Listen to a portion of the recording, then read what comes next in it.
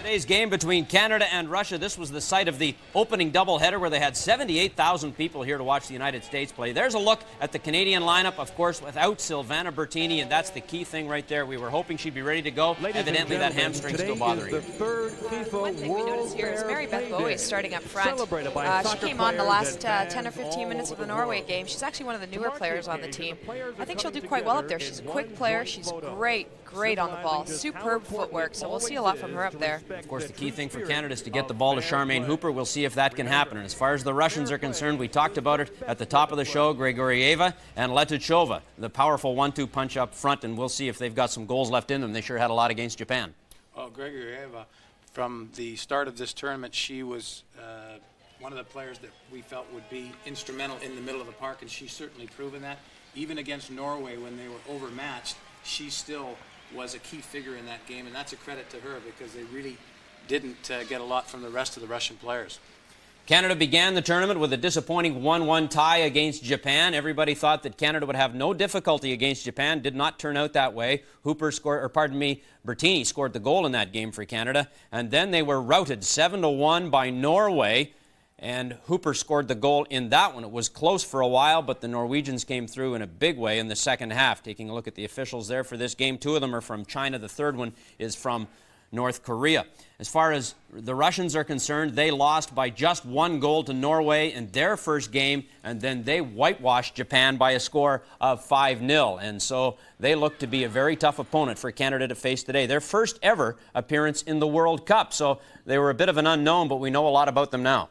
Yeah, they're one of the nicest teams to watch actually on the field. They have a nice possession game. They've got crisp passes. All the players look comfortable on the ball. Great control. They're a very, very nice team to watch. And if Canada can shut down those passes, they should do very well today. Canada wearing red, Russia wearing white. Canada will move from left to right on your screen. Russia will move from right to left. And we are just about set to go here. Canada against Russia.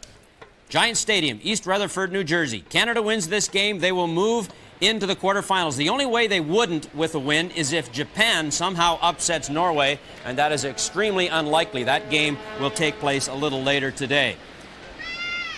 They won't be worrying about that. They'll just be worrying about trying to beat the Russians, something that won't be easy, and we will see now if they can accomplish that feat. Well, the other factor today is going to be the excessive heat, 90 degrees. Obviously humid as well, so that's something that neither team would be that familiar with, but they're going to have to cope with it, that's for sure. The Russians also should be recovering from some jet lag. They've traveled from East Coast to West Coast and back to the East Coast again, and that should have a little bit of an effect on them, I would think. And so we are underway at Giant Stadium. Canada controlling the ball in the early seconds of this game and moving on to the attack right off the bat. That's Shannon Rosenau with the ball. In for Tanya Frank. Russians take over. Canada's best moments in both games were in the first half. They played much stronger in the first half, both against Japan and against Norway, than they did in the second half. So we'll see if that theme holds true today against Russia. Well, today they don't have a choice. They have to play 90 minutes. 45 minutes is not going to be enough. They have to win this game. They know that they have to go out for a full 90 minutes. The Russians, as we pointed out, started the tournament in Boston, then they went right across the continent to Portland for their second game against Japan, and now back to New York for their final game in the round-robin affair. So who knows if jet lag is a factor. I kind of think that the Russians will be strong regardless of that. Well, for Russia, it's the first time at a Women's World Cup. They are obviously feeling quite good about themselves right now. The only problem that I can envision for Russia is they will get through with a draw, and sometimes the attitude of mind is you've got the draw, that'll get you through, and you're quite comfortable with that. But that can be very misleading and dangerous to do, is to play for the draw right from the outset.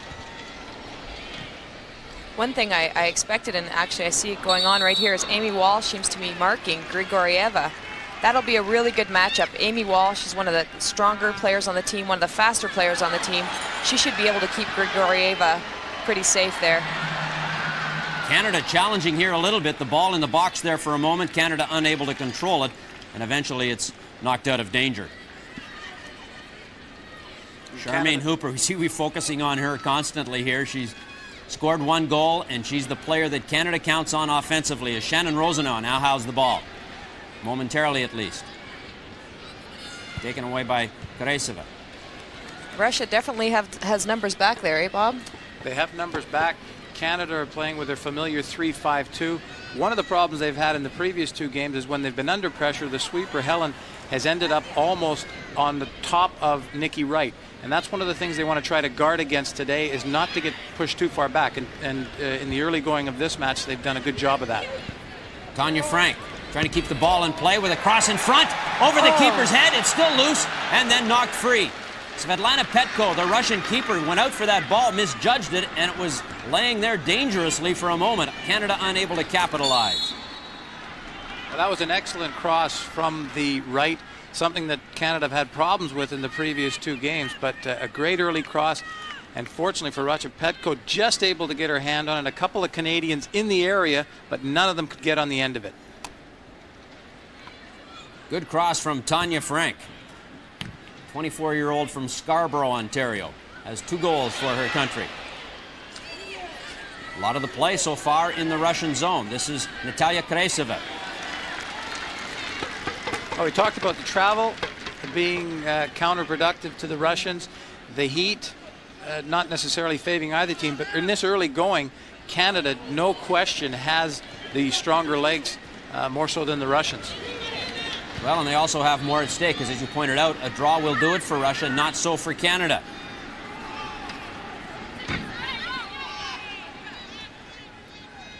Throw into Russia. Cheverda will put it in play. Well, exactly what I would have expected Canada to do. They're marking tightly. They're not letting the Russians get control of the ball, and that's the way they're going to be successful in this game.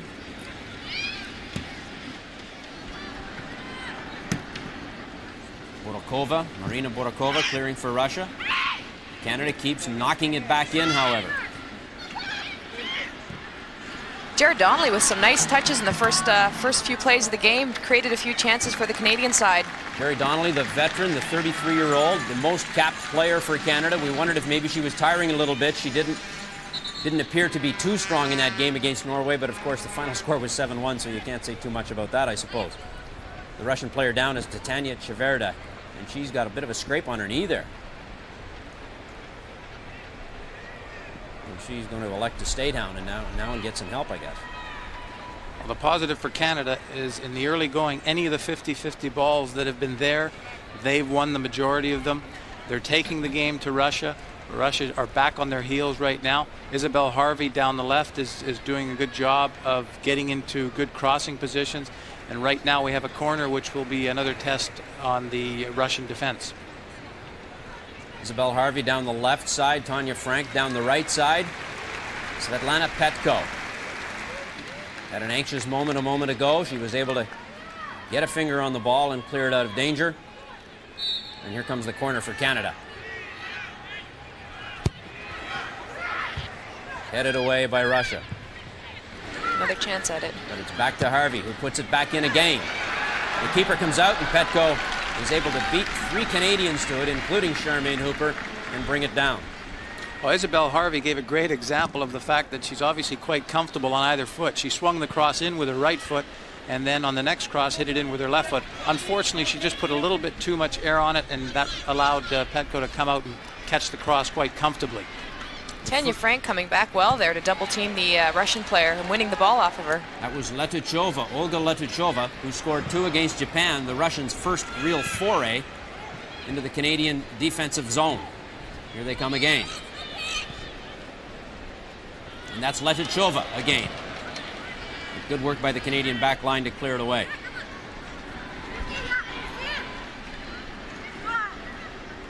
A little bit of indecision in the Russian defense. That's 2 occasions now where Petkov has come late to come and get the ball, and that's good for Canada because right now Russia do not seem all that comfortable at the back, and it's important that Canada keep the pressure on.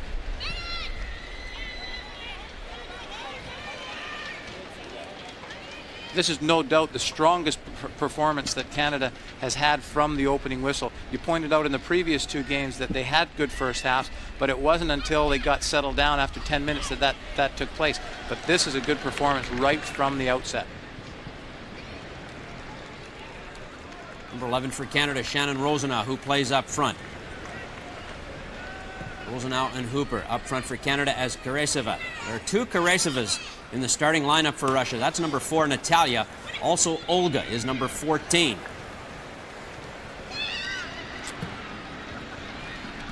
All cleared away by Russia. That's Isabelle Morneau chasing it down for Canada against Barbashina. Approximately 10 minutes gone. We've not heard from Igorova in the middle of the park. That's a good sign for Canada. Amy Walsh is obviously doing a good job on her. Russia coming forward here now. This could be dangerous. And that's Grigorieva right there. No sooner do you mention she hasn't done anything, and she gets the ball into the Canadian zone, cleared away effectively. And there's her tremendous footwork we see there. She's able to take on players, and with her quick quality footwork, she can get by a lot of players. We've got to be careful of that.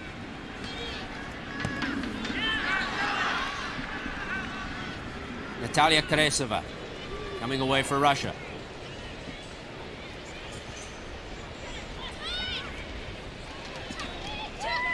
Jerry again, nice touches on the ball. Hooper with the ball forward to Frenk. And then sent in, that was a wayward one that was nowhere near anybody, and Petko takes over easily.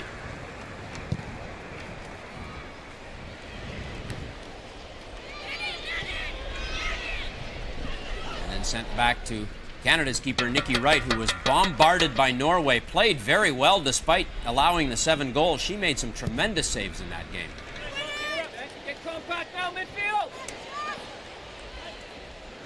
We just heard a shout from the Canadian bench, and that was Nil Tёrnbulll suggesting that they get compact in midfield. And as I indicated at the outset, what they want to try to do is stay nice and tight, not allowing the Russians any space in the middle of the park. Some good work by Isabelle Harvey a moment ago before losing the ball.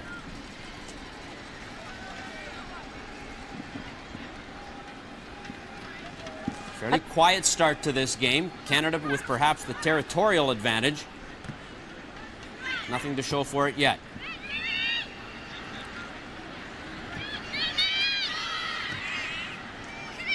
Long ball sent too far forward. Harvey will try and chase it down. She's beaten to the ball, however, by the Russian defender. Brokova.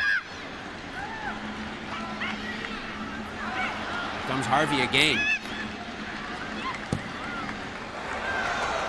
And that ball just didn't have much on it. Harvey's definitely been one of the more dominant players on the Canadian side. Not playing a lot of games with at the international level, she's actually proven herself to be quite competitive. A mistake right there allows the Russian player to get free. I think that was number 11, Letichova, who had a go at it. Yes, it was. And that's what Canada will have to guard against, is the long ball down the middle. They've been a little suspect in the previous 2 games to that. What they'll have to do is just be nice and tight at the back when they are attacking, because obviously Russia will be looking to try and catch Canada on the counterattack. And right now it looks like that's the only way they're going to get in Canada's end. Canada seems to be pressuring them very well. That's Amy Walsh sending the ball through, and again, it's just out of the reach. It's obvious they're trying to get the ball to Hooper and Rosenau up front, and sometimes those balls are just too long. Well, if they can keep just a little bit comfortable possession, which they actually did at the outset, and go side to side and wait for that space to develop up front. What they've got to do is not panic. The game is 90 minutes long. They don't want to start hitting long, hopeful balls into the box this early. Foul there as the Canadian player, that's Hooper, taken down. And she's feeling the effects of that one. Filipova, number 16 for Russia, Natalia Filipova, with the foul on Hooper. Charmaine's been asking for the ball more in this game than I think I've seen her in the past 2 games. You can tell she's prepared for this game. She wants to get involved early, and when she does, that's when we're effective. Well, and we saw in the Norway game that she did get involved a lot early, and Canada, and she got the goal, and Canada was close for 45 minutes. That's right. Today's game, she definitely has to be involved for a full 90 minutes. And one of the things she seems to have been doing, as we see Tanya Frank, is Charmaine Hooper seems to be gravitating more and more to that central striker position. She's indicated that's where she feels she's best. Right now, Nil Tёrnbulл has her as the attacking midfielder, but she certainly seems to be spending more time up front than she does in the middle of the park. 12 minutes gone in the first half. 0-0 the score at Giants Stadium in Ist-Ruterford, New Jersey. A win for Canada will put them through to the quarterfinals. All Russia needs is a tie, and they will join Norway from Group C. Russia controlling, but then Jerry Donnelly takes it, and Canada's able to clear it away. A long ball here for Shannon Rosenau.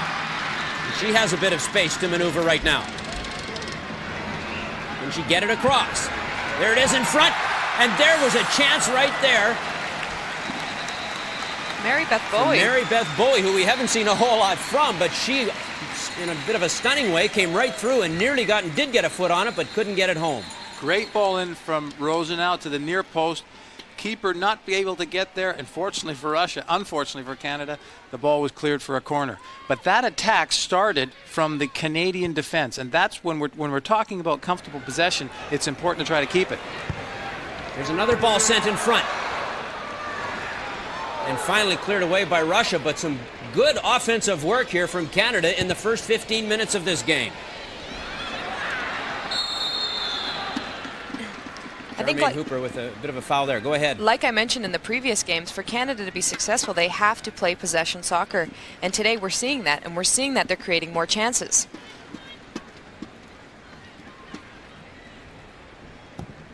Charmaine Hooper looking to get the ball. She did so well against Norway after a tentative start against Japan. Norway proving just to be too powerful. And here we go again. This is Rosenau. She's got Hooper in the middle.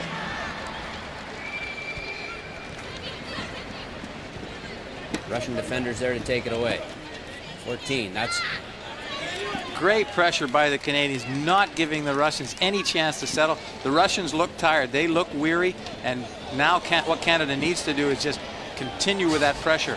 A very unorthodox effort by Charmaine Hooper. She was like rolling down the side of a hill to try and get to that ball, but didn't have enough speed on her turn. I think that just shows you how intense Canada is right now, how much they want to win this game. Hooper again right there. Isabelle Morneau with a head on it. It's Komarova for Russia. Showing some speed down the right flank. Helen for Canada lets it go right through.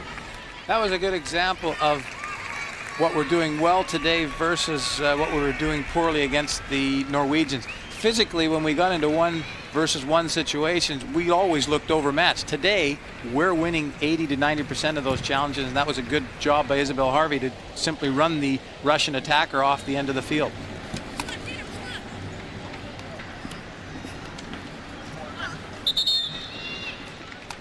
Ball into touch, throw into Canada. No, the referee from China says it's a throw into Russia.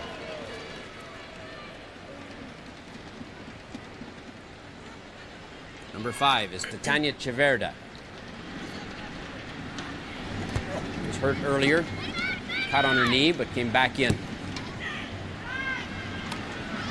Here's Rosenau again, looking for this one. Can't get to it.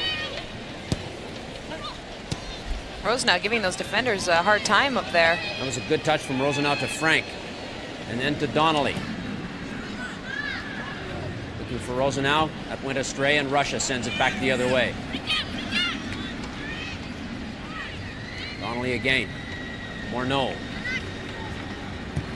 Canada with good possession for the most part, and Russia just clearing it out when they can.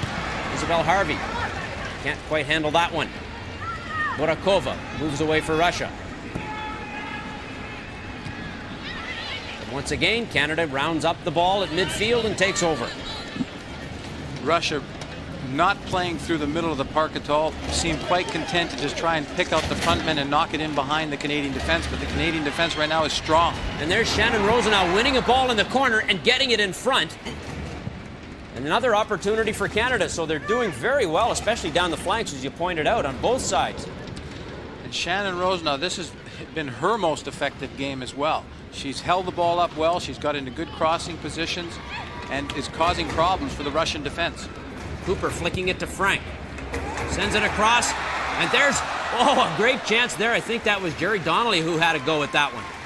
Yes, it was. Canada's veteran, the 33-year-old Jerry Donnelly of Port Moody, BC. With a good crack at that, just could not control the ball. One of the other impressive aspects of the Canadian performance in this first 20 minutes is they seem to have shed the nerves. They have not been anxious. They've got Russia back on their heels, and they're very, very confident right now. Controlling most of the play, too. It's been in the Russian zone most of the time, and it's not Russia holding the ball there. It's Canada attacking for the most part. Letuchova chasing this one down against Frenk. Frenk winning the ball, though. Janine Helen. She puts it right to Grigorieva. She's the dangerous one. One of the dangerous ones. Russia's still with the ball.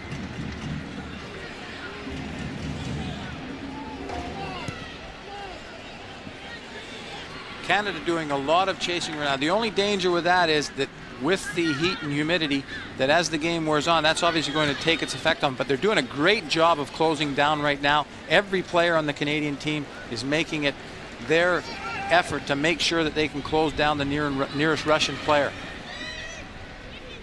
That attempt from Natalia Kareseva goes all the way to Nikki Wright, who's found herself in a spot of trouble there momentarily.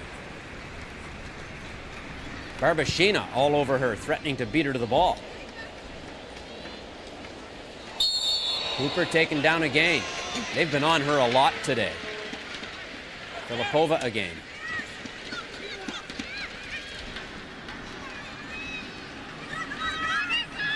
Isabelle Harvey now for Canada. Keeps possession. Good run for Harvey. She's got Hooper in the box, and she can't get it across to her. But again, more good work from Isabelle Harvey down that left side. Isabelle Harvey, definitely not afraid to take on players, and you see it there, taking on two players from the Russian side and definitely outpacing them. With a great cross there. Gets a corner out of it. Burakova knocking it away in the corner to Canada. Into the box it goes. It's still loose there and then finally cleared away. Canada will keep the pressure on, though. Morno. Pardon me, that was Charolta Nonen. I think that might have been her first touch on the ball, too. Charolta Nonen knocking that one down, and Harvey will put it back in play for Canada.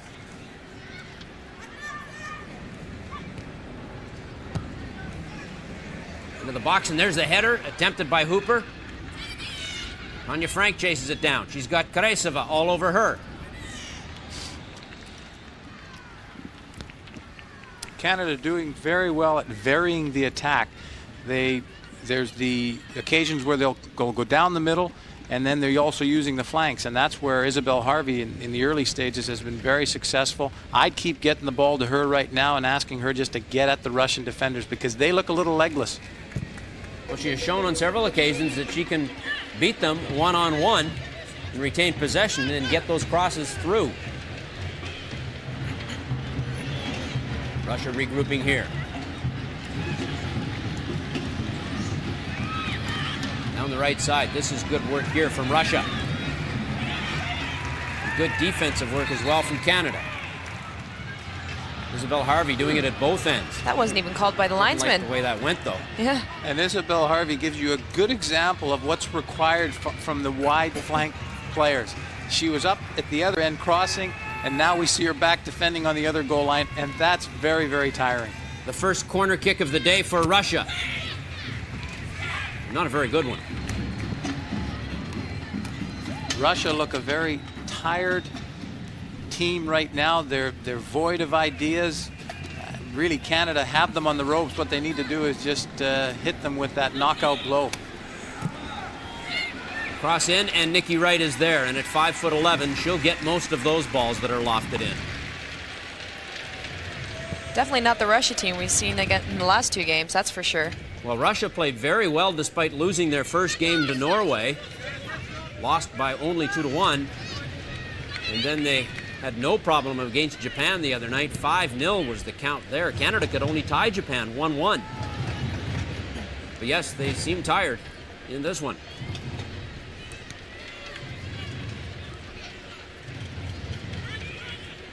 We have to give credit to Canada, too. They're They're definitely playing them very well, keeping them shut down so they can't play that possession style of soccer.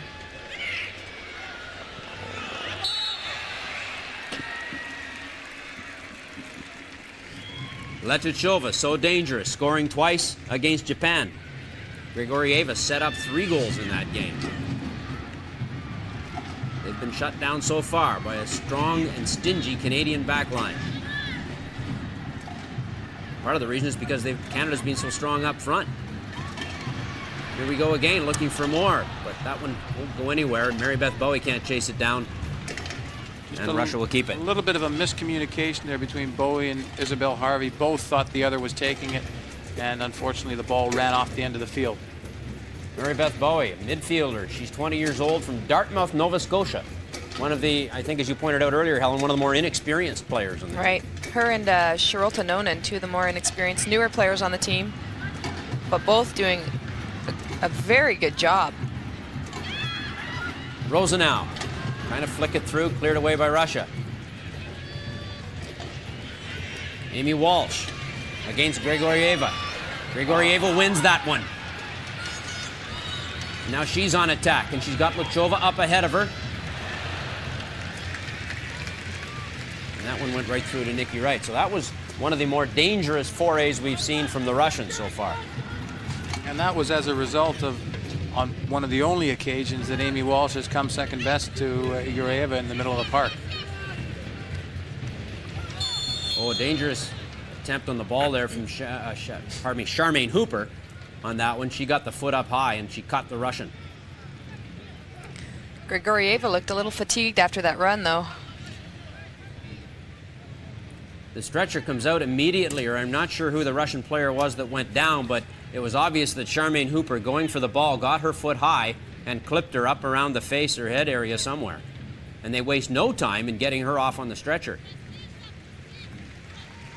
That's number 3, Marina Burakova.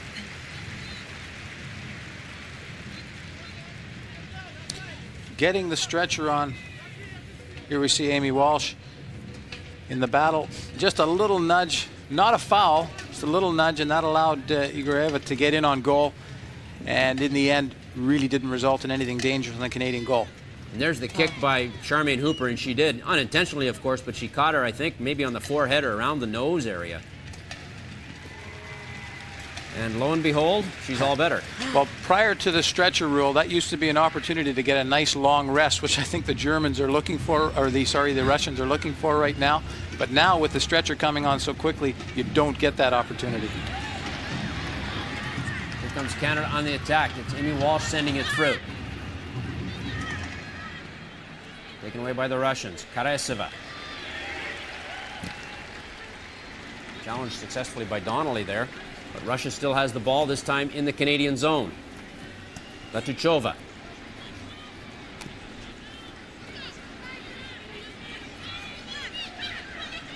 That was Grigorieva trying to set up Letuchova again, and that didn't work. The Russians perhaps playing a little bit better the last couple of minutes. They seem to be able to move the ball out of their own end a little better than they were. And as much as Canada has certainly played as well as they've played in the tournament thus far, they still don't have a lot of goal-scoring chances to show for their territorial domination. Here comes Hooper right now. Perhaps this is one right here, but no. Challenged and tackled successfully there, and that looked promising for Canada. Oh, a good move there by Grigorieva. This is Komarova. Good run for Komarova. And she's got support up there. That was a bad ball there, and it's taken away by Canada. Harvey sends it back. Hooper with one touch on it. Canada controlling Donnelly.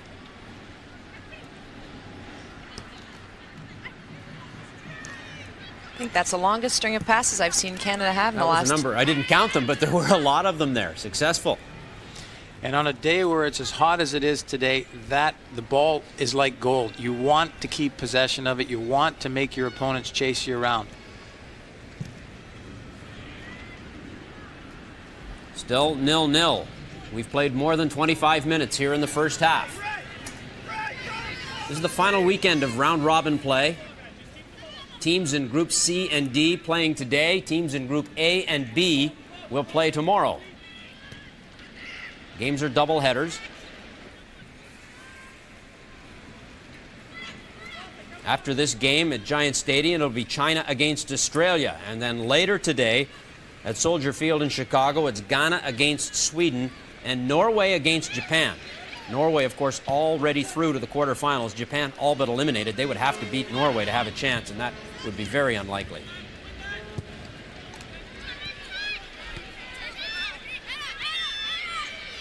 Canada continuing to control the ball. Here's Hooper trying to get a touch on it. She can be dangerous in situations like that, but not this time.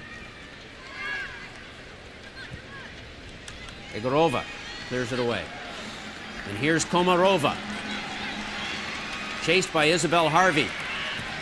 Komarova sends it in front. Nikki Wright is there. She was probably looking for Letachova, number 11. Couldn't get it across to her. Well, what's happening is Canada obviously took the initiative from the outset. Maybe they're feeling a little fatigued right now, but the Russians are starting to look stronger. So if Canada can just up their game just a little bit and try and take that initiative back. Here's Tanya Frank trying to put it in front. Loose into the box, but the Russian defender is closest there and clears it away. Here's Harvey again. She has played so well so far. To Donnelly. And that one didn't work either. But again, Canada possessing the ball in the Russian zone, unable to penetrate here. Rouznow for Hooper. A few too many players pushing up for the Canadian side. Doesn't seem like they have enough players supporting the strikers. They're all moving up in a line, and you can see that right there. And Russia are starting to, well, not starting to, they have from the outset. Good run down the right here. And again, Isabel Harvey has just tracked up and down that left-hand flank. And I just hope that she can last for 90 minutes. Well, she's definitely one of the fittest players on the Canadian squad, so I wouldn't be surprised. Here's Hooper with the ball in the box, moving in front, and can't connect with that one. But that was a good opportunity there for Charmaine Hooper. Like you said earlier, Bob, they still have to stay composed. They can't get too eager. They can't all move forward. They got to keep their structure. And for them, they can't just expect to score goals quickly. If they're not going to score them, they got to create them and have that structure ready. And they've had success when they've attacked down the flanks, in particular on the left. This time they keep possession in the back. Janine Helen moves it forward. Header from Rouznow, looking for Hooper, didn't happen. Jerry Donnelly moving forward.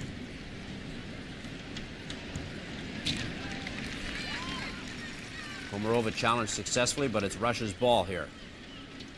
Komarova showing to be quite speedy down that right flank for Russia. Isabel Harvey playing so well for Canada.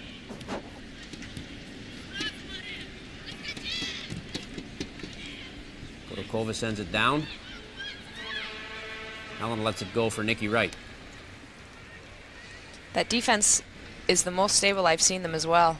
Not giving away possession, changing the side of the ball, putting it from one side to the other. It looks really, really solid back there. Oh, a tackle there by Tanya Frank on number 4, Natalia Karesova. And that was a tough one. Both players appear to be shaken up a little bit.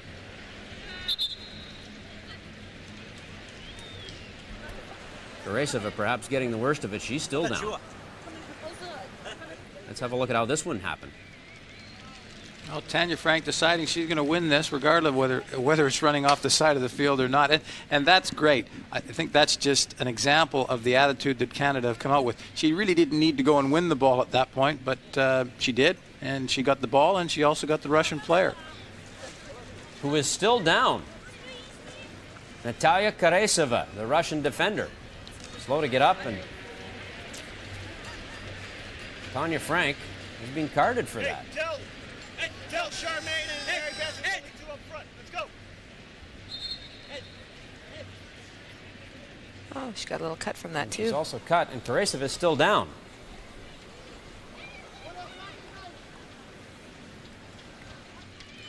So play continues here on the tough challenge from Tanya Frank.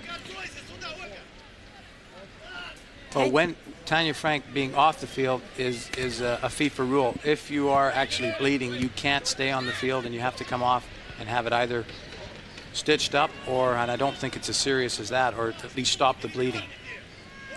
Tanya Frank is being plagued by head cuts. She actually had a 6-stitcher at camp the first week. Play continuing here now. Russia's ball. Over half an hour gone. First half, and Kareseva is back on the pitch. Olga Kareseva to put the ball in play. Knocked away by Charolta Nonenen. Still Russia's ball. We've talked about Canada's defending, and the back three are doing a good job today, but more importantly, the front men are putting the Russian midfielders and defenders under pressure, and that makes the players' job at the back that much easier. Another corner kick to Russia, this time from the near side. This is their first corner kick from this side. And it's a short one, taken by Grigorieva to Kareseva. Into the box, Charolta Nonenen clears it away. Not out of danger, however. Russia still controlling. There's a good tackle by Hooper, and she moves away with it. But then gives the ball up herself. And that was a little bit dangerous. Indecision there between Nikki Wright and the Canadian defender, and that could have been a problem.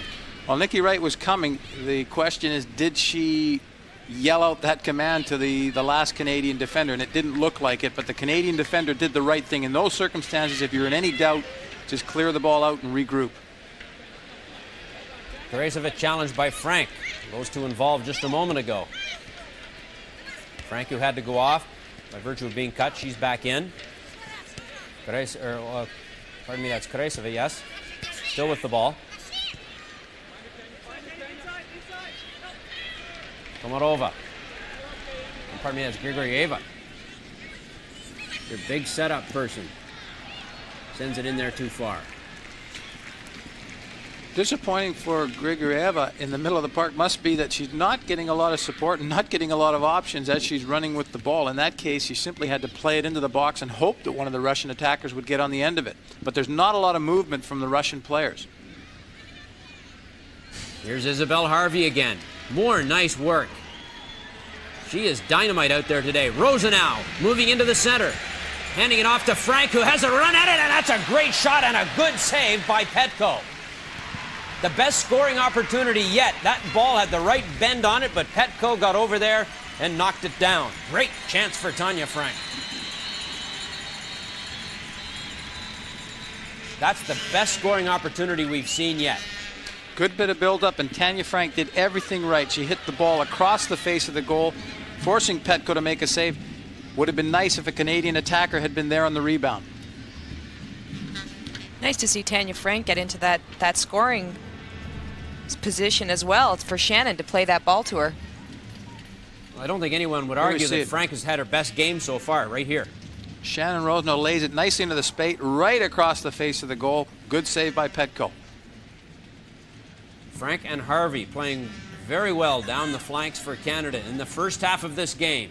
35 minutes gone. Isabelle Harvey now.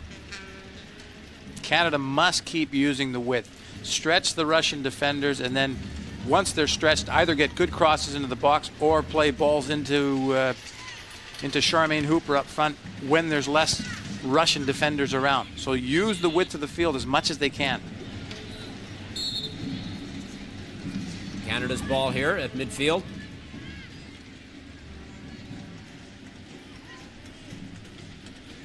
Isabelle Harvey knows what the mission is, and she's determined to get it accomplished here. She has been playing very well on the left side. Russia in control at this point. Kareseva is taken away from her. Work from Rouznow. There's Frank sending it ahead. There's Harvey again. Chipping one forward. That was for Rouznow. Didn't work.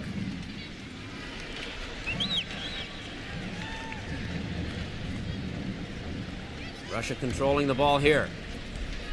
Olga Karaseva.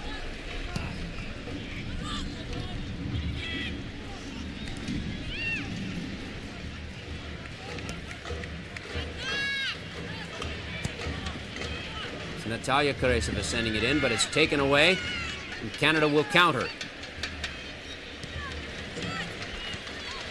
The Russian defense have simply backed off to the edge of their box. Every time a Canadian player receives the ball in the final third of the field, they've got acres of space if they turn and run at the Russian defense. I don't know whether it's fatigue or whether it's tactics at this point, but Russia have opened the whole field up by simply just sitting back in their own end and not pushing out. Well, as we've pointed out, and they obviously know, a tie is all they need to move forward. Now, are they going to play that style for this game?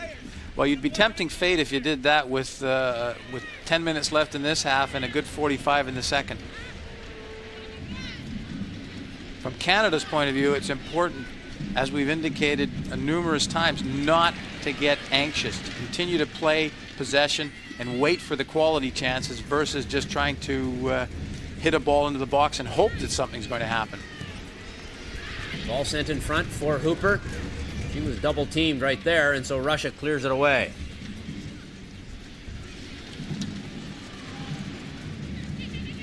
Rouznow. Definitely got to use the space there. Well, Russia's Harvey's using it right there, Yep. sending it back in front. Hooper had a touch on it, and there's Rouznow with a shot, and that's off the mark. Russia's crowding that middle area, and Canada's got to use different tactics to get around it, get it to the flanks. And there's Silvana Bertini, who's been bothered by a hamstring since well before the tournament began. All indications over the last day or so was that she would be ready to go today, but that's not the case, and so she's forced to watch from the sidelines. And I wonder if this game is still scoreless with 10 or 15 minutes to go, would she come on? I would think she would. If she's at all capable, that would be the time to take advantage of her goal-scoring prowess. And if she injures herself, if they don't win today, then there's nothing beyond this anyways. Now, from my indications, her wearing the pinny, she must be warming up on the sidelines. With the yellow singlet With a on. yellow pinny on, that's usually an indication that a player's warming up. Perhaps she's just testing it out to see how it feels. Perhaps. I didn't notice if any of the other Canadian substitutes had pinnies on. They didn't. Canada controlling right now. We'll have to see. Is Bertini going to make an early entrance into this game? Tanya Frank.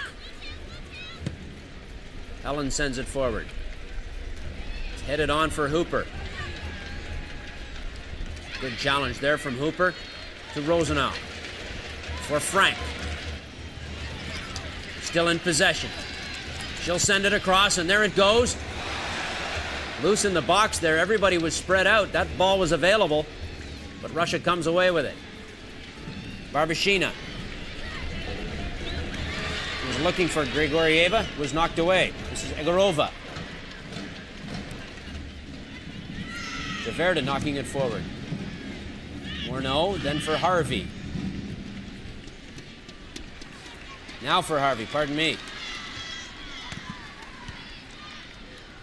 And cleared away again by Russia.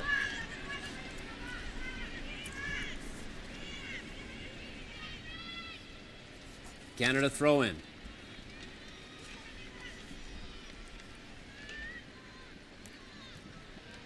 Cleared by Russia, not out of danger.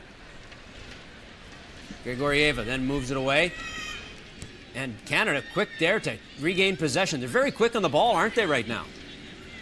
Well, it's nice to see them coming out strong in such a big game.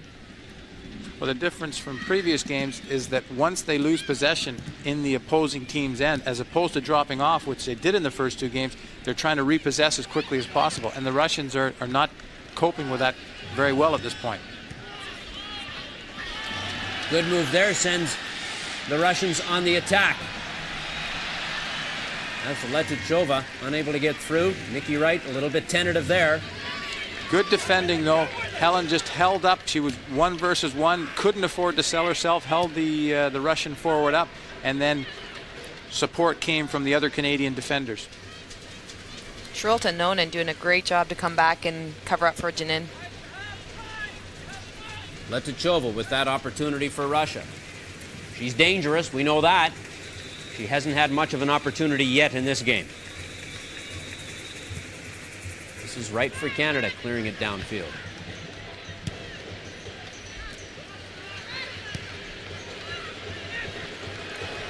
Letichova in behind.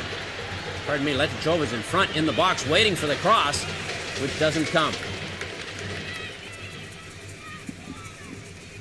Canada defending with good discipline today, not selling themselves and running with the Russian attackers, and in that case another good job of standing up and unfortunately giving away a corner.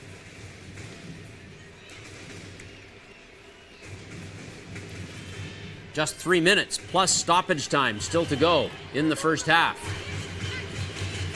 Amy Walsh setting things up. There's Barbashina for Russia.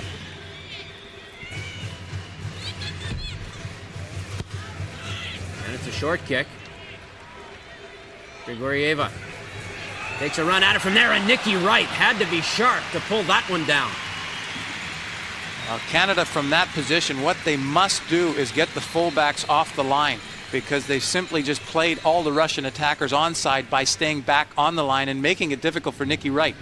Here we see a flick, and both Canadian fullbacks are still on the line. They need to be out once the ball goes out past the penalty box. And guess what that was? That was Grigorieva and Letichova. That tandem again coming close for Russia, their best chance of the game so far.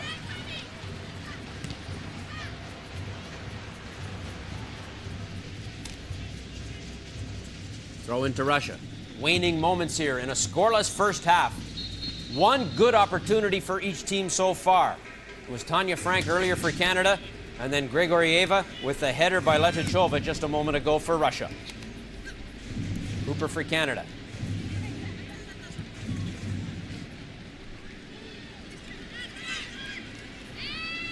Donnelly.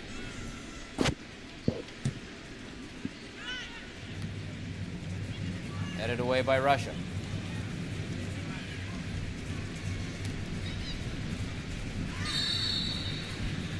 Center part of the field clogged up here, and now Russia comes away with it. Grigorieva. Karaisova. Frank takes it from her. Walsh.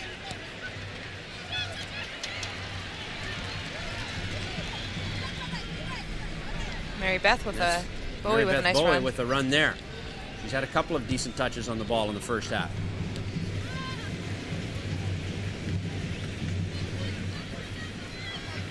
Neither team would be too disappointed with that first half. Physically, the Canadians look stronger. They've had more possession. But in terms of good goal-scoring opportunities, it's been one at either end. And what Canada must do is, if they go in level at the half, just make sure that they don't panic in the second half. There's lots of time left. And Russia, if they play kitty bar the door, they're tempting fate.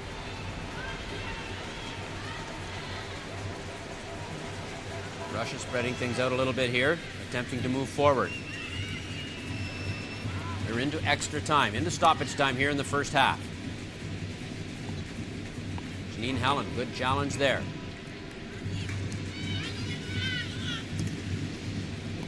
It was Rosenau on Cheverda, who gets the ball forward, and it's Russia's ball. Both teams playing 3-5-2. The biggest difference is that Russia are quite content to sit back in their own end. Canada, on the other hand, any chance the ball gets cleared, they're pushing their back line up and they're squeezing the field, making it very tight. And that's why they've had more of the territorial advantage in the first half. Russia coming forward here, and a long attempt. It's really had no chance. Nikki Wright easily clearing the ball away. Canada on the attack again.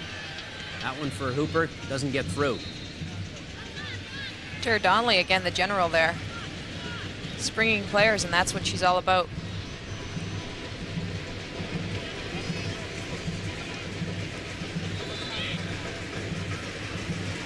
Russia still in possession. Egorova. She was knocked off the ball successfully by Shannon Rosenau. Harvi then. I think both teams will be looking forward to the final whistle, not the final whistle, but the halftime whistle. They both look a little tired and more than likely need that 15 minutes in the changing room to regroup, and probably more so the Russians than the Canadians. Well, as time has wound down, so has the pace in this game.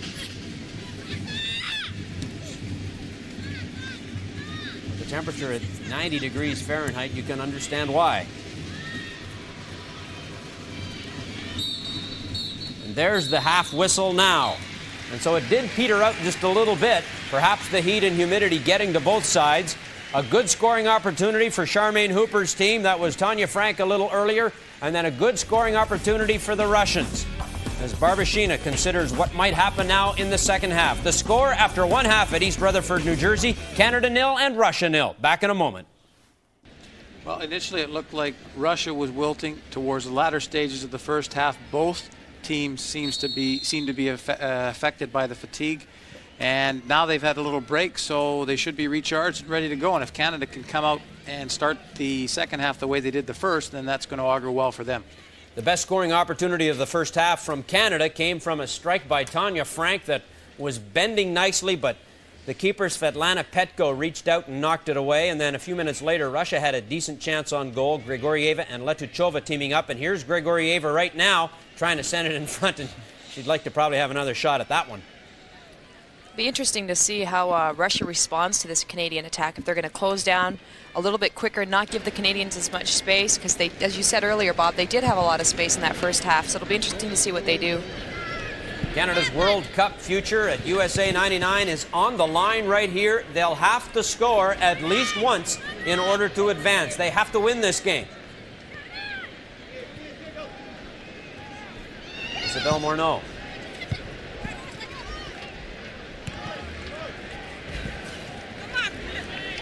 Goes again. Harvey there fighting for it. Shannon Rosenau is there with her, but Russia comes away.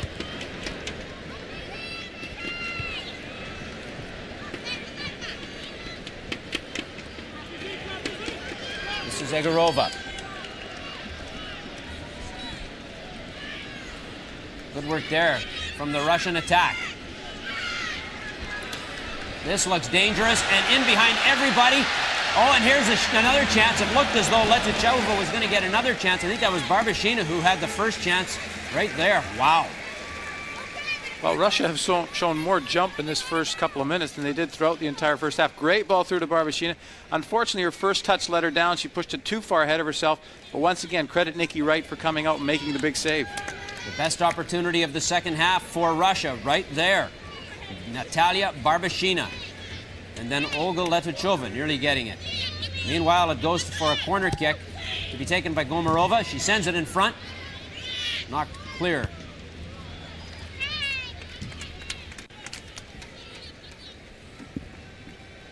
So not the kind of start Canada wanted to this second half, to be sure.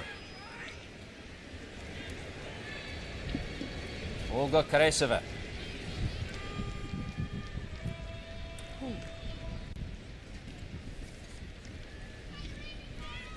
Russia appearing to come out in this second half determined to have more possession of the ball. And they've done that so far. Good work there from Komarova. What was that all about? A very late whistle. I don't know whether the advantage was being played or what, but once the whistle doesn't go, you don't expect it to go a good couple of seconds after the foul was committed. Well, yeah, it was well after the fact.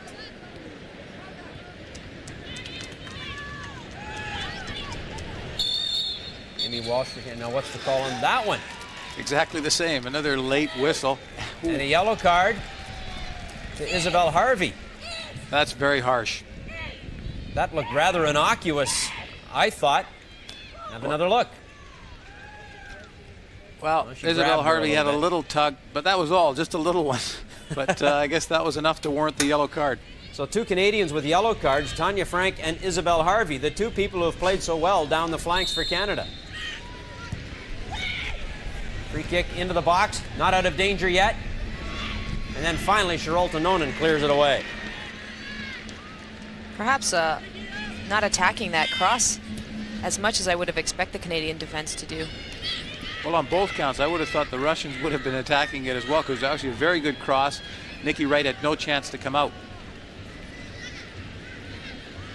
The Russians have definitely taken a different posture in the second half. They're not as far in their own end as they were in the first half. And here's another opportunity. And that one is just struck high by number 6. That's Komarova. Perhaps the Canadians now feeling the effects of that 90-degree weather because they are looking a little bit more fatigued out there. Not marking up as tightly. Well, sometimes the complexion of a game can change after that break. It throws everything out of whack, and who knows whether it's the heat, humidity, or what, or maybe the Russians have just changed their game plan, but they have definitely come on stronger here in the early stages of the second half. Burakova. Russia ball. It's difficult to communicate from the sidelines as a coach, and I don't think the Russian coach would have been happy at all with the fact that his team was sitting back on the edge of their box. They obviously discussed it at the halftime, and we see that they're pushed up farther, certainly much farther than they were in the first half, and that's affected the game to the point where Russia have had pretty much most of the second half to date. We've only played about 5 minutes, but it has been Russia's 5 minutes. Moving the ball forward again. Harvi knocking it away. Here's Hooper. Good work by Hooper. Looking for Rouznow or Mary Beth Bowie. Now Harvi. And here she goes again. That time she just put it ahead too far, and Cheverda was able to take it away. Here's Donnelly.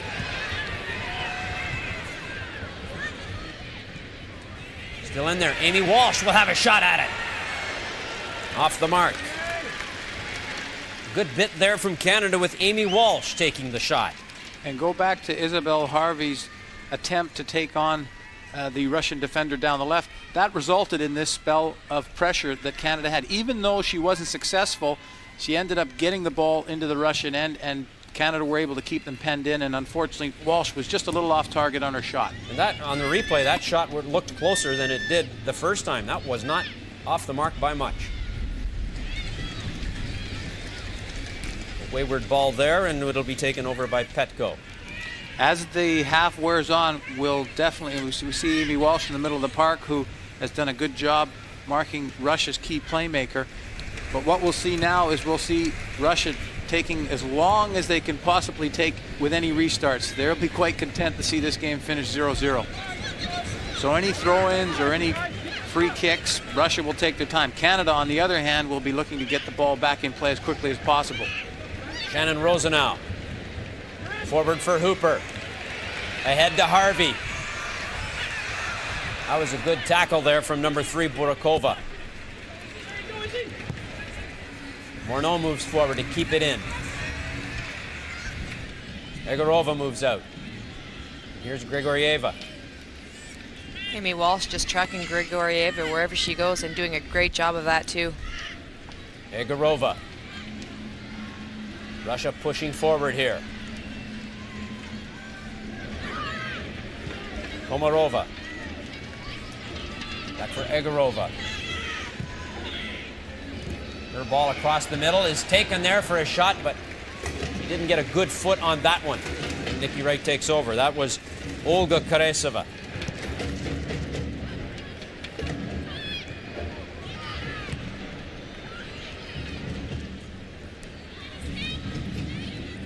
Grigorieva again. Puts it back for Karesova. Karesova, just 22 years old.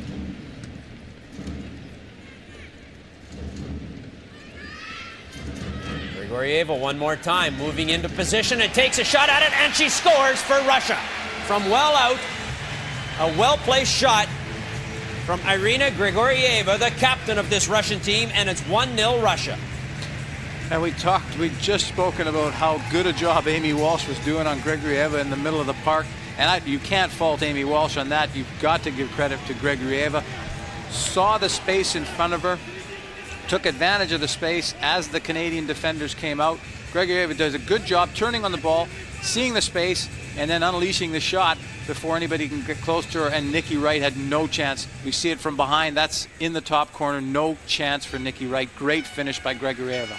Just under the bar for Irina Grigorieva, and it's 1-0 Russia, and so now Canada has to score at least twice in order to win this game and move ahead. The task has become much more difficult all of a sudden.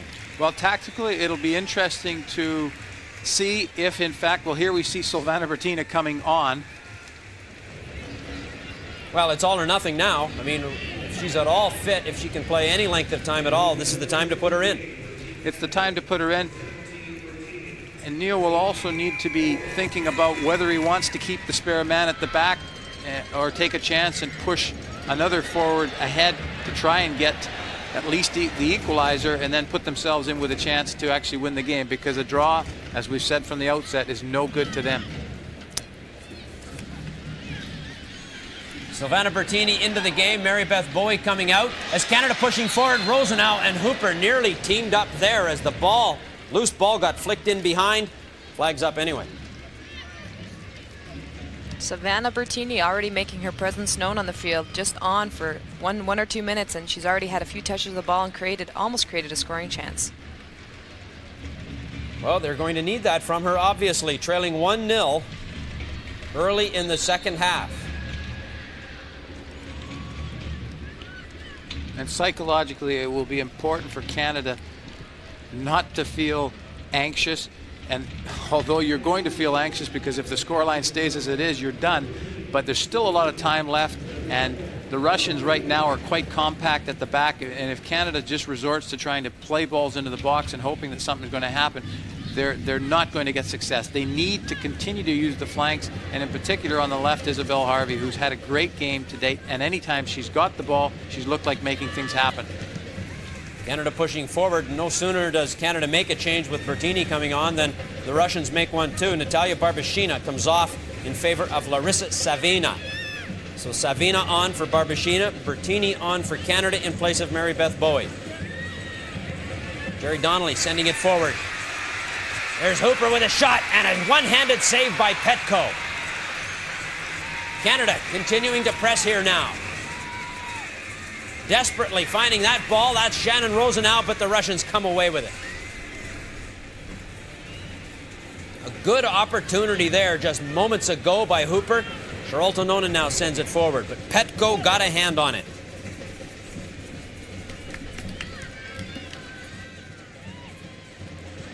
Here comes the Canadian attack again. Donnelly. Knocked away. Well, it appears that Russia have also made a tactical decision to take Barbashina off up front, and Savina's come on, and I'm almost certain that she is more of a defensive player. So they're going to simply put players back in behind the ball, and it's going to be up to Canada to try to break that down in a creative way. And like we said earlier, they have to stay disciplined and they have to keep the formation. They can't start sending long balls from the back and expect them to win balls with 6 defenders. Unfortunate for Canada trailing 1-0 because they've played at least on a level with Russia and probably better, controlling the play, certainly in the first half. Came out of that first half scoreless and now trailing 1-0. And you have to credit the coaching staff, the players, because it would have been easy after the first 2 results, the disappointing draw against Japan and the loss to Norway, to come out with their heads down. But they certainly haven't done that. They've given all that they have, and let's hope that they have a little bit more to give so that they can get back on level terms and then get the go-ahead goal.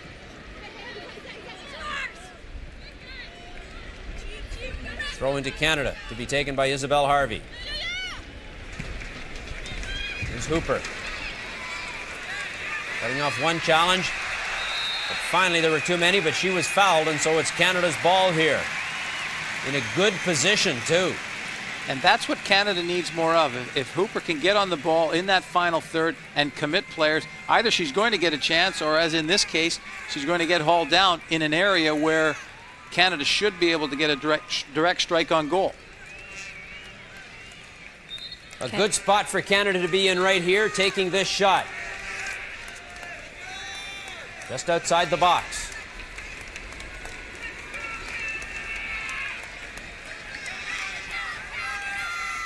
There's Jerry Donnelly.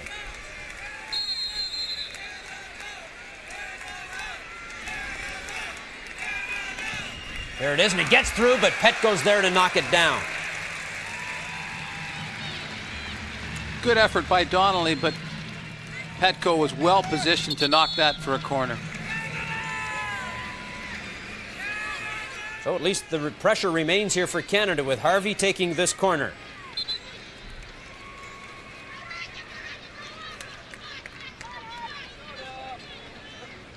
The number 10 right there will be looking for it, no doubt about that. But first of all, another substitution by Russia. Number 7 is Tatiana Egorova coming off. 13 is Elena Fomina.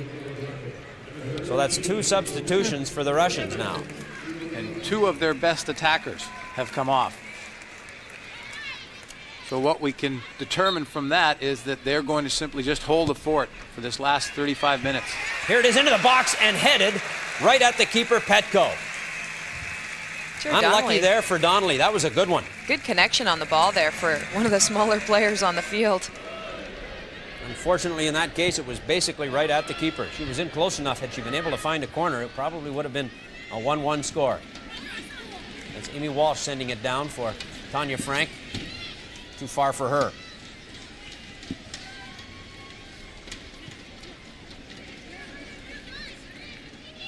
Donnelly perhaps had her most effective game to date in the middle of the park, has been prompting the forwards with balls into them and done a very good job defensively. More than quarter of an hour gone here in the second half in a 1-0 game for Russia.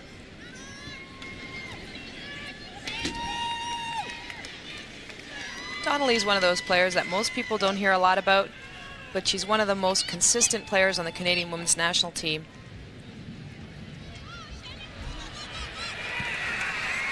Ball into the box. Camera worked a little bit slow on that one, and Petko was there to handle it. Isabelle Morneau sends it forward.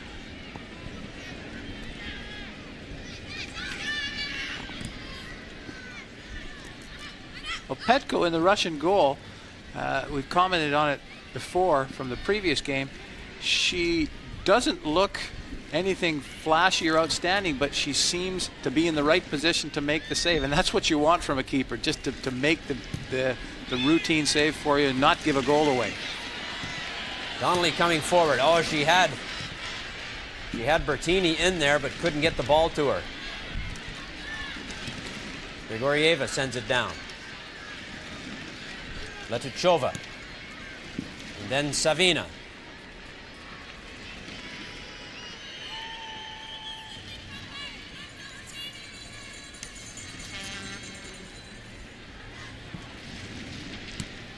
Ball back in play. Russia in control. Broken up by Donnelly. Looking for Rouznow. Rouznow chasing it down, but Russia comes back with it. Donnelly again tips it forward. Here's Letuchova.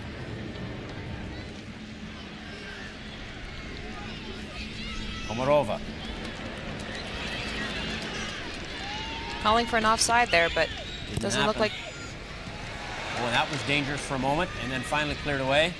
Donnelly has it for Canada. Tanya Frank. Nice little ball to split the defense and get the ball to Tanya Frank there from Donnelly.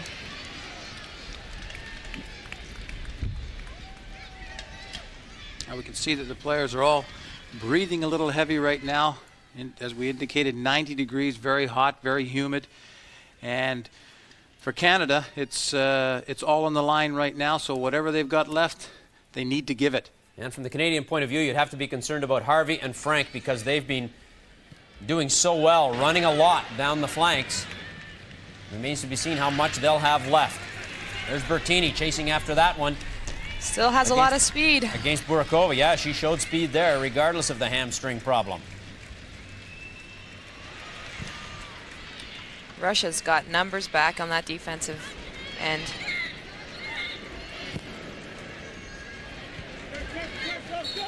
Harvi, no, they rule that was out, I guess.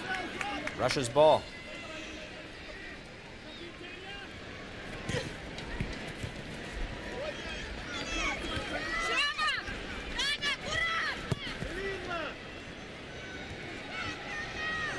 Good work there to take over the ball. That's Harvi now.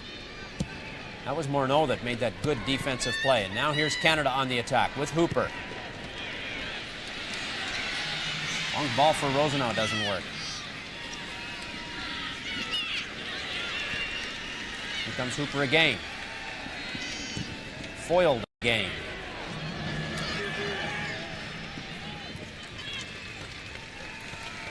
Well, you have to wonder at what point Nil Tёrnbulл will opt to push more men forward. Right now he's stuck with the 3-5-2. At some stage, I'm sure he'll consider releasing that spare man at the back to provide more numbers up front. You've been in this situation. When is it too early? When is it too late down by 1 in a game where you have to get 2? Well, when you get to 10 minutes, you seriously start thinking about it then. And there's another goal for Russia. Just inside the post. A great strike there from Fomina. Elena Fomina, number 13, and Nikki Wright is devastated by that one. Well, Nikki Wright's probably devastated because he's not had a lot to do today, and there's 2 goals that have gone by her, and both goals were great strikes from 20 to 25 yards out. Elena Fomina, who came on as a substitute here in the second half, set up by Grigorieva, and here it is. Wow, really no chance again. In on the short side, but great first touch, and the second touch, the ball was in the back of the net. Well, so now, sorry, Bob, go you ahead. actually talked about highlight reel goals that they'd scored against Japan, and the 2 in this game have been exactly the same. They're both great goals. Neither goal you could really fault any of the Canadian players for. That goal coming in the 66th minute, and so Canada's chances now are bleak at best. It's really too bad because Canada's outplayed Russia in this game. Petko taking over for Russia at this point, and will clear it downfield. 2-0, Russia leads on a goal in the 66th minute by substitute Elena Fomina. And that has put Canada in a very deep hole. Here's Isabelle Harvi.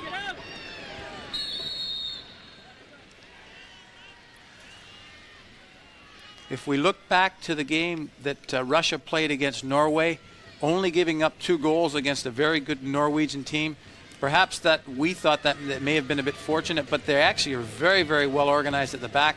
And as much as Canada have had a lot of the possession, when you look at the number of good goal-scoring opportunities they've had, they're very few. Well, the one real good chance was Tanja Frenk there in the first half, and they haven't had one nearly as good as that since.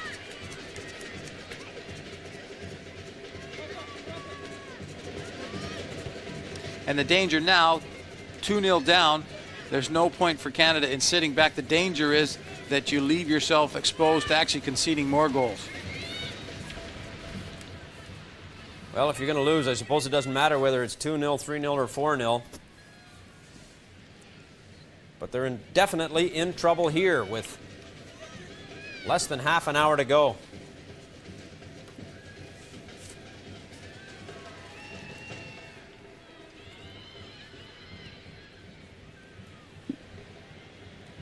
Isabelle Morno chasing that one down unsuccessfully. There's no quit in them, but the danger now is they're running out of time against a very stingy Russian team, which, as you say, Bob, only allowed 2 goals against Norway, didn't allow any against Japan.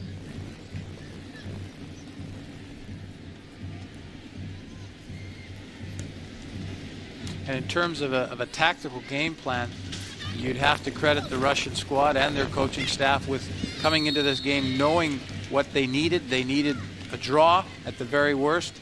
They had that. Looked a little bit on their heels in the first half, but actually from the second half onwards seemed to have tactically adjusted so that they're not as far pushed back into their end as they were in the first half.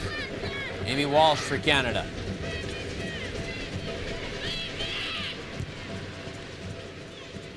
And that ball goes out. Shannon Rouznow there. And after a couple of initial touches, I don't know if Silvana Bertini has had much touch on the ball since. I think that's more indication of how strong the Russian defense has been. I think they've got numbers back there. The Canadian strikers really aren't getting a lot of opportunities to get the ball in behind the defenders. They're marking them very tightly. Tatiana Cheverda is down for Russia, and it gives the Canadians an opportunity to hydrate, and the Russians.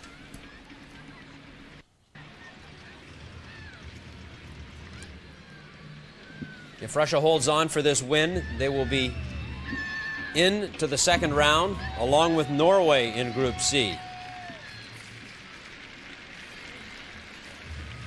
As Chiverda goes off on the stretcher. Another look at what happened to her there.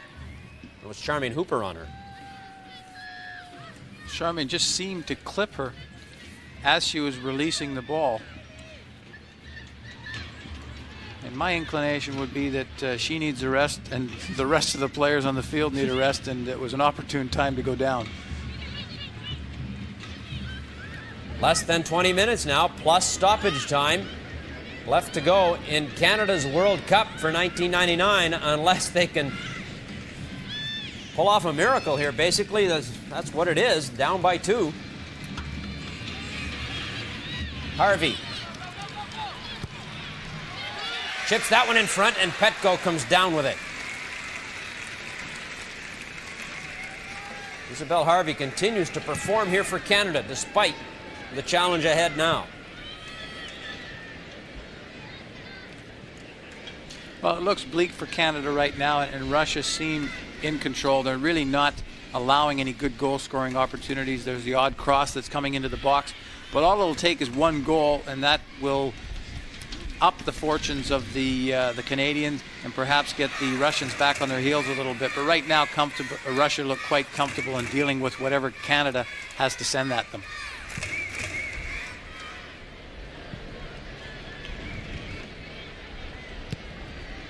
Russia clearing the ball forward. Canada on a whole, though, I have to say, has played quite well defensively. I haven't seen too many chances other than the 2 goals that they've scored, and they've been from, like you said, 25 yards out. Well, they've taken advantage already and scored on their chances. There was only one other chance they had, that coming late in the first half when Grigorieva sent one in and Letuchova headed it forward, but it didn't have a lot on it, and Nikki Wright was there. But other than that, they're only chances they've scored on.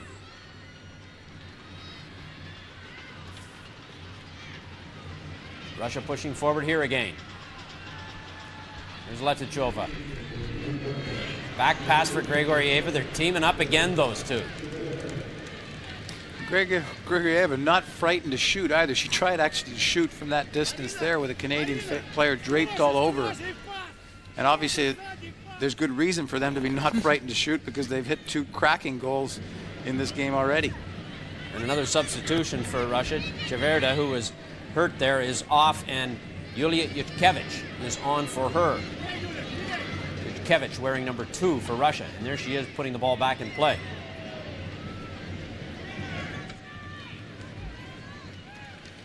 And it'll be a corner kick to Russia.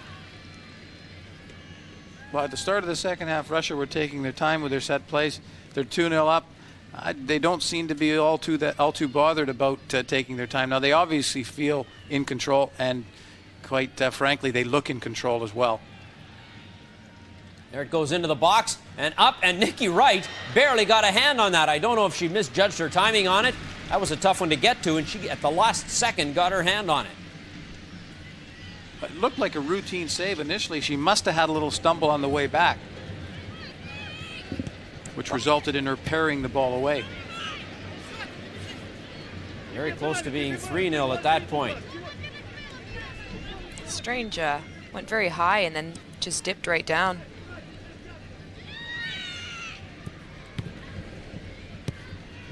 Canada coming forward.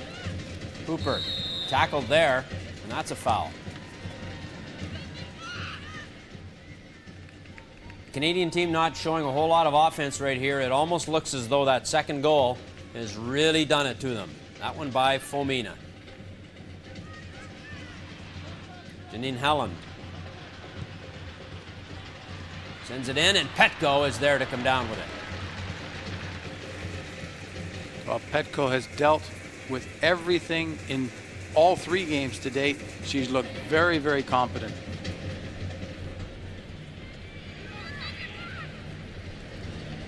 There's Savina, the goal, or pardon me, it's Fomina who scored the goal. That's Savina, another substitute who came on in the second half. Isabelle Morneau challenging her.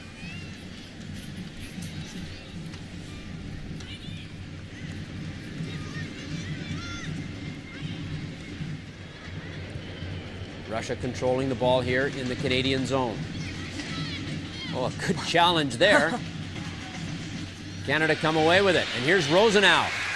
Has she got the speed here to get a crack at it? Yes, she does. And Petko makes the save. Good job by Rouznow, but also good communication in the Russian defense. Petko stayed because she knew that the Russian defender was channeling her down the side, and a shot from that angle was never going to beat Petko. That was Yulia Yuchkevich, the defensive substitute who came on moments ago. Step for step with Rouznow on that one. Good effort by Rouznow.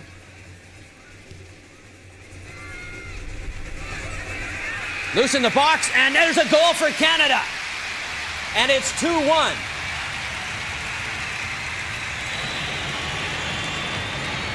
And so just like that, they're right back in it.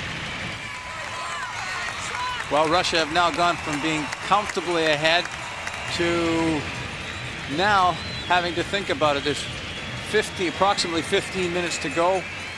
Here we see the corner. Good initial challenge by Jared Donnelly, and then Hooper with a little flick into the corner of the net. Hooper just got above everybody there on the second touch inside the box to put it in for Canada. Charmaine Hooper, and now Canada trail 2-1. Charmaine's got to be excited about that, and the team's got to, you know, really lift it up a notch and try to get in their end as much as possible. Isabelle Harvey now.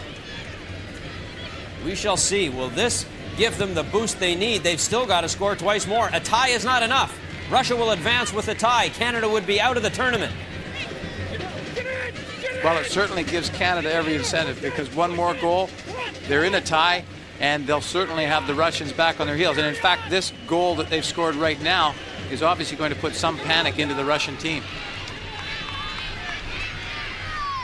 Charmaine Hooper with her second goal of the tournament.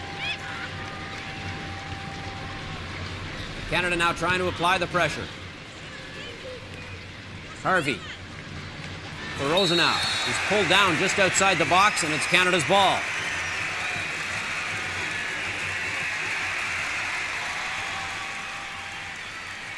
And that, I wasn't sure if it was going to be a booking or not. But anyway, yes, it is a booking for Karesova. Number 4, Natalia Karesova, booked on that one. Canada's crossing today has been much better than it was in the previous two games. They scored from the previous corner. Isabelle Harvey to take this one. He sends it in there far side, and it's headed in front and just off the mark. And now we see Petko complaining to her defenders. Previous to the Canadian goal being scored, there was none of that. Good ball in from Harvey. Bertini. It was Bertini who got above everybody and headed that one just off the post.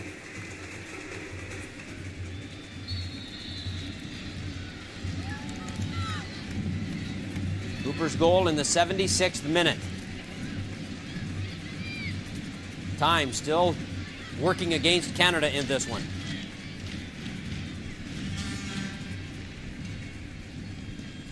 Not much sense of urgency back there, is there? Doesn't seem to be. There should be.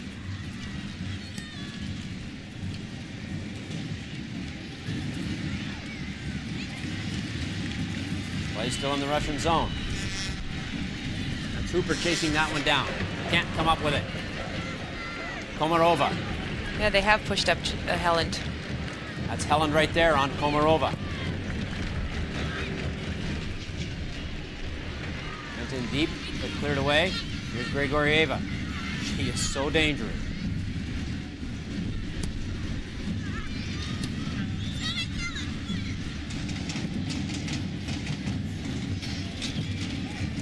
Natalia Karesova knocking that one away, and it's Russia's ball. There's some anxiety for you.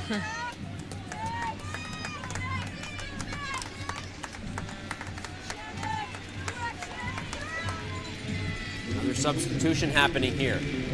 Shannon Rouznow is out of the game, and in her place is Sarah Maglio.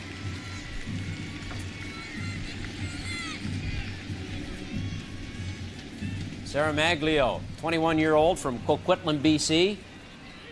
Comes on in the late stages of this one for Shannon Rosenau. She hasn't played Sarah Maglio, yeah, she hasn't in any games. I think she came on very briefly against Australia in the second game. But the one thing that she is a goal scorer.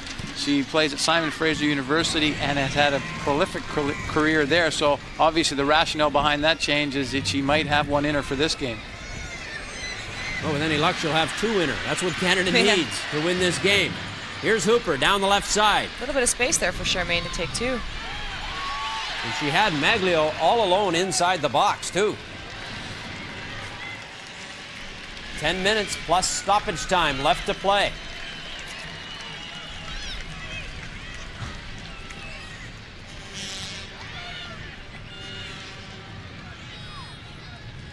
It's a corner kick for Canada. Canada still looking for more, and once again, Harvey to take the corner kick. Hooper will wait in front. There it is, but it's chipped away by the Russian line. And they had one person down there looking for the fast breakout. Number 15, that was Larissa Savina.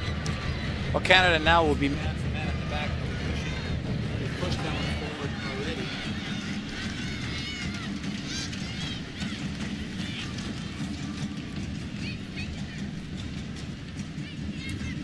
Russia still on the attack here right now.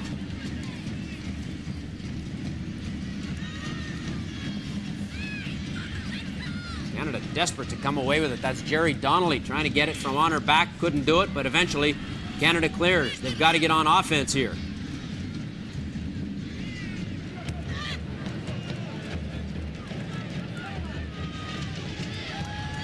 Here's Russia on the attack again. This is one of the goal scorers. Fomina putting it in. Nikki Wright just gets a hand on it to knock it away.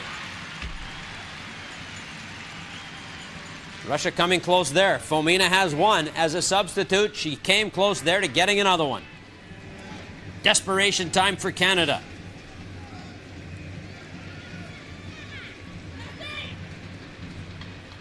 Ball back in play, and Canada chips it away.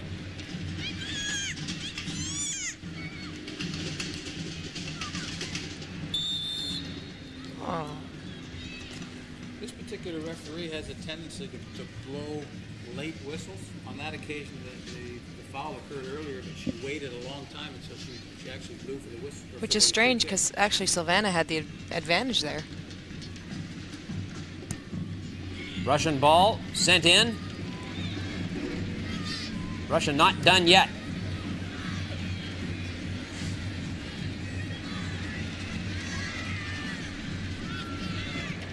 There's Hooper now. And here's Harvey. There's a good tackle there from Komarova. She knocked it out, and so it's Canada's throw in. Harvey looking for Maglio. Russia's such a physically strong team.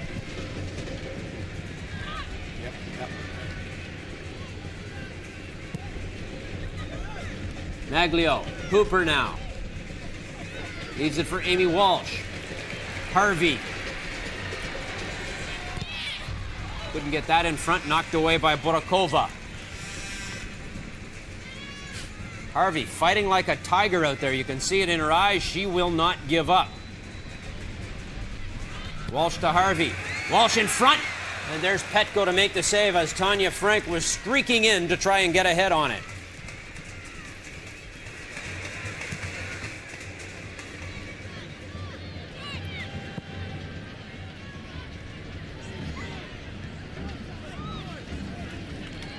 It's Russia 2, Canada 1.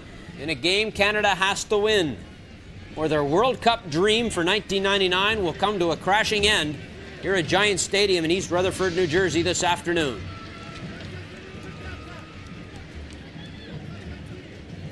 Isabel Harvey has given 100%, been very effective going forward down the left, also has done a great job tracking back defensively, and certainly, and for that matter, the whole of the Canadian team have given 100% today. They're just running out of time at this point. Russia just content to waste time when they have the ball now, and why not, of course, with time winding down.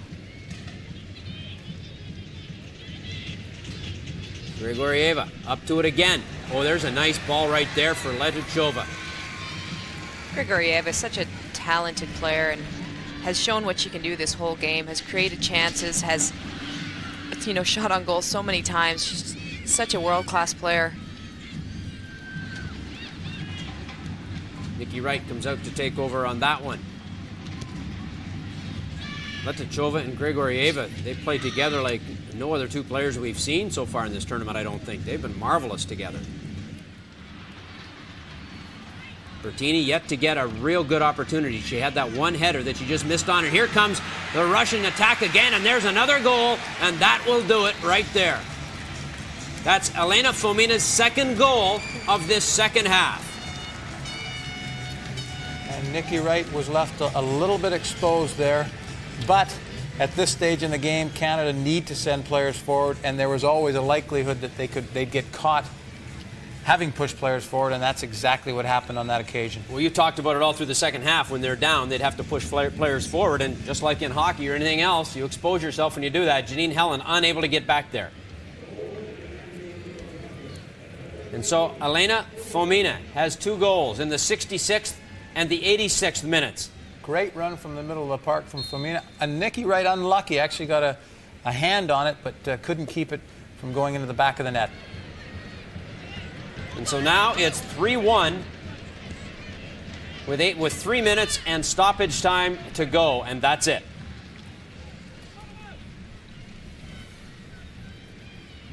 Canada came in here with hopes of finishing in the top 8 and getting to the Olympics in Sydney. The top 8 would qualify for that event, and that's not going to happen now. The most devastating result for Canada was the first game against Japan. They needed to get a win there. They knew that they'd be favorites to win. They only picked up a tie, were beaten by the Norwegians, still were in with a chance if they won today, but I don't think they've ever really recovered from that initial opening game against Japan where they only picked up a point.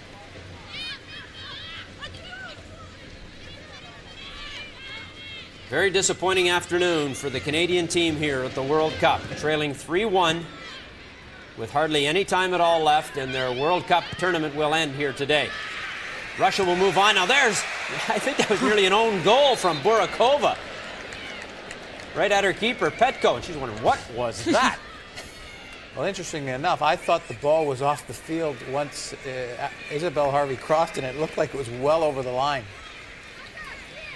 Corner kick for Canada, Isabelle Harvey. And there's a header right there, and it's knocked away again at the last minute. And that set play worked exactly the way they wanted to. A flick on at the near post, and it almost caught Bertini by surprise at the far post. Canada's been very dangerous on these corner kicks, and Russia looking a little tentative at the back on these. That one didn't happen. Hooper was there. She couldn't get a foot on it. And Russia is there to send it away. Not out of danger, though. And it'll be another one for Canada here.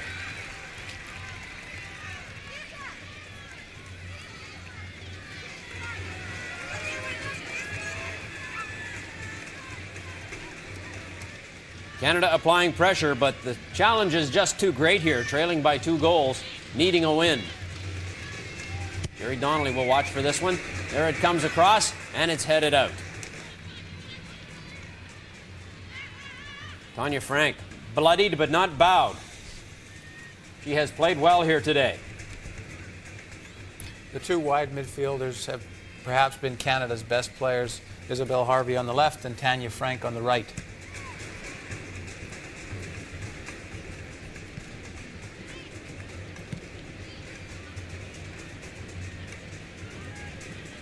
Russia content just to play the string out here against Canada. Another late call there. Another late call on that one. The Chinese referee here has really made it difficult to figure out what her approach is here because she is so late blowing the whistle on some of these plays. Here's Harvey. Challenged by Komarova. There it is again. Another very late whistle. I don't know whether she's trying to play the advantage, but she's still going to have to blow the whistle quicker because it's confusing the players right now.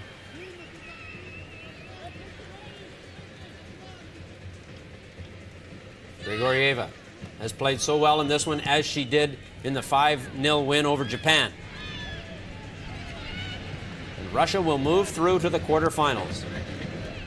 In the quarterfinals, the winner in Group C, which will likely be Norway, will play the second-place finisher in Group D. And here comes Russia again. That was Savina, tackled in the box by Isabelle Morneau.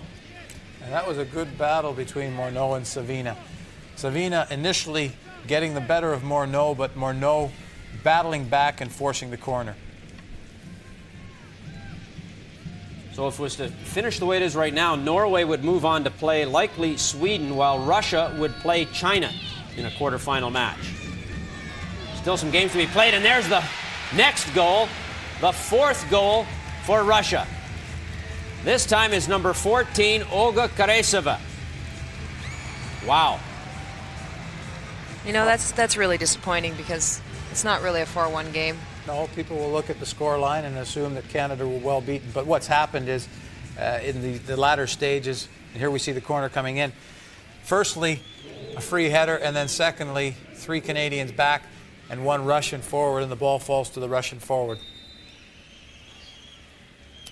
And so it's now 4-1 for Russia. And this must be the most difficult time of all for the Canadian players out here on the field. Knowing that they're out of time, knowing that it's insurmountable. At this point, as much as you would like to continue to fight, you're pretty disheartened, and you just want to hear that final whistle because you know it's only a couple of minutes away. Probably even less than that at this point. We're well into stoppage time here.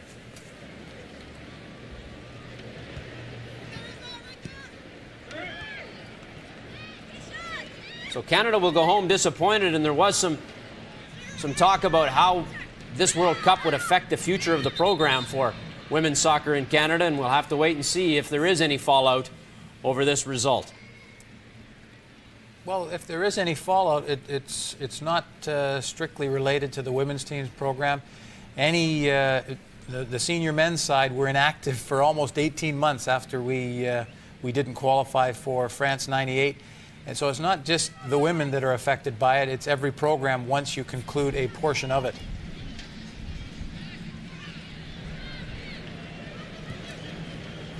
Canada will finish the tournament with a record of no wins, 1 draw, and 2 losses. A draw against Japan, losses to Norway and Russia. And so Canada has yet to win a game in World Cup competition.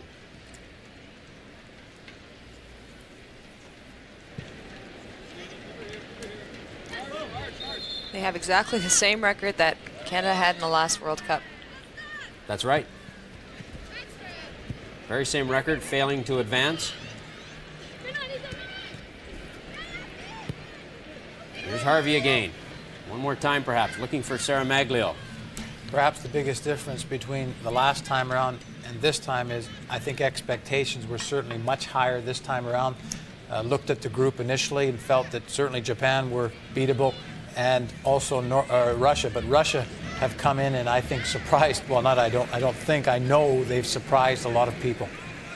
Yeah, I've been very impressed with Russia and how they've played. Definitely didn't know what to expect from them, but their style of play is really nice. They're a solid team, and they're a very nice possession-oriented team. Well, there was a lot of talk as this World Cup began that a lot of the world has caught up to the United States, or at least is catching up to the United States, who are clearly one of the class teams in this field along with Norway. And we're seeing that some of these countries have caught up. Countries like Russia, perhaps, or at least are catching up because they're much better. This is their first time in the World Cup. They've never qualified before. Germany is a strong side. Brazil has improved tremendously. North Korea beating Denmark. North Korea beating Denmark. Well, what we can look forward to are some very, very interesting quarterfinal matchups. We don't know what they'll be just yet, but from what we've seen with Brazil, with Germany, it's going to be very exciting. And mercifully, the final whistle blows here at Giants Stadium in East Rutherford, New Jersey. Canada's World Cup dream comes to an end.